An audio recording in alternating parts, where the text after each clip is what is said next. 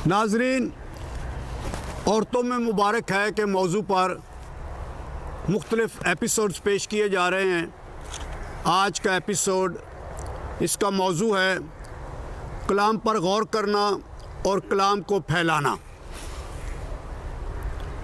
मुकद्दस मरियम ने फरिश्ते का पैगाम सुना, खुदा का कलमा सुना, अपने बदन और खून में कलमा को मुतजस्सद किया और काना जलील के वाक़या में उसे दूसरों से मुतारफ़ किया और दूसरों को दिया और दूसरों के सामने पेश किया।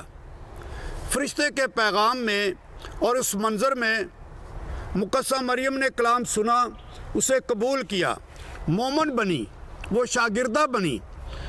वो मोमन और शागिर्दा बनने के तकाज़ों की जद्दोजहद शुरू करती है। यूहन्ना के मुताबिक अंजील उसके 2 बाब की पहली 12 आयत में मुकद्दस माँ मरियम काना गलील के शादी की ज़ियाफ़त के वाक़या में हक़ाइक़ से हसास और अपने लोगों की ज़रूरियात को देखती है। किसी भी मोजज़ा की इब्तिदा एहसास गमखारी से होती है, यानी दूसरों के दुख और गम को और महरूमियत को अपने अंदर समझना, महसूस करना, यही मोजज़े का आगाज़ है।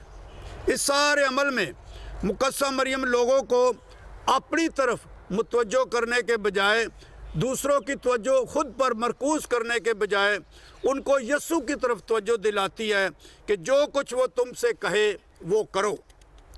मुकद्दस माँ मरियम हमारे लिए नमूना है। वो कलाम को सुनने में, कलाम को कबूल करने में और कलाम को दूसरों तक ले जाने में बेहतरीन मिसाल है। इर्द गिर्द के हक़ाइक़ में दिलचस्पी और एहसास रखती है और हसास है और दूसरों की मदद करने के लिए तैयार है। मुकद्दस मरियम दुखियों और ज़रूरतमंदों की मदद करने और उन सब को यस्सु मसीह तक ले आने में मुकद्दस मरियम हमारी मदद करती है। बाइबल मुक़द्दस की सारी तारीख़ खुदा के बुलावे और इंसान के जवाब से पुर है। इसे बाइबल मुक़द्दस में अहद का नाम दिया जाता है। खुदा कहता है कि ये मेरी क़ज़ाएँ हैं, ये मेरे क़वानीन हैं, ये मेरी बातें और मेरी राहें हैं, ये मेरे अहकाम हैं और तुम मेरी उम्मत हो और मैं तुम्हारा खुदा हूँ। मेरे अहद में वफ़ादार रहो और मुझे अपना खुदा मानो। यूहन्ना के मुताबिक अंजील में लिखा है कि इससे लोग जानेंगे कि तुम मेरे शागिर्द हो, बशर्ते कि तुम मेरे हुक्मों पर अमल करो। तुम मेरे हो और मैं तुम्हारा हूँ। हर ताल्लुक़, हर रिश्ता, हर वाबस्तगी एक तरफ एज़ाज़ और शादमानी है और दूसरी तरफ ज़िम्मेदारी है। ये मखसूसियत भी है और रसालत भी है। हर ताल्लुक़ की वफ़ादारी में ऊंच नीच आता जाता है। बाइबल मुक़द्दस में बहुत से लोग, अशख़ास और कौमों के मुतल्लिक़ वाक़यात मौजूद हैं। लूका के मुताबिक अंजील के पहले 2 अबवाब में जो यस्सु मसीह के पैदाइश और बचपन के तज़किरे हैं, उनमें मुकद्दस माँ मरियम के हवाले से काफ़ी वाक़यात और मनाज़र हैं। मैं 6 का ज़िक्र करना चाहूँगा। फरिश्ते का पैगाम, एलिज़ाबेथ के घर मुलाकात का मंज़र और गीत, हज़रत यूसुफ़ के साथ बैतलहम में जाना, चरवाहों के साथ खतना के वक्त हैकल में और यस्सु के 12 साल की उम्र में हैकल के फिर वाक़या में।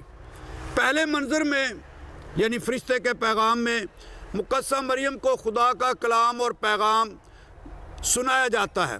मुकद्दस मरियम सवाल करती है, वो तशरीह चाहती है और समझना चाहती है।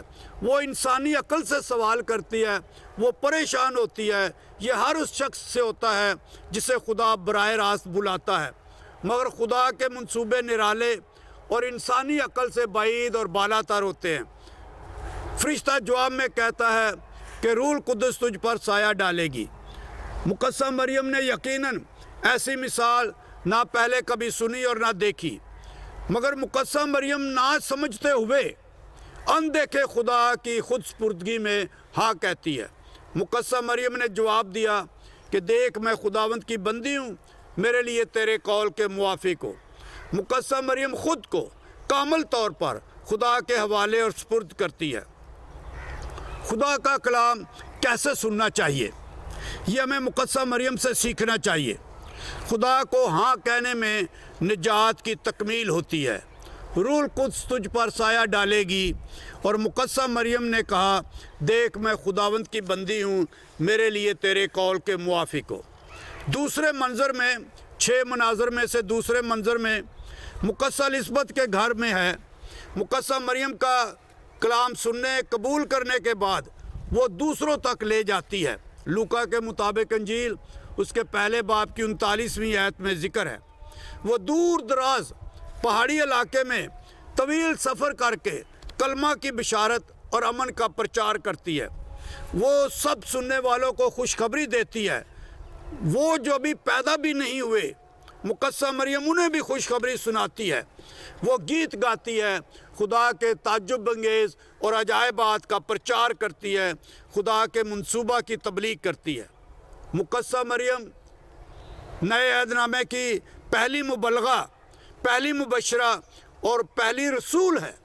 مقدسہ مریم پائے ہوئے کلام کو دوسروں کے گھر لے جاتی ہے اور دوسروں کا ایمان مضبوط کرتی ہے، دوسروں کو امید دیتی ہے اور ان کا حوصلہ بڑھاتی ہے۔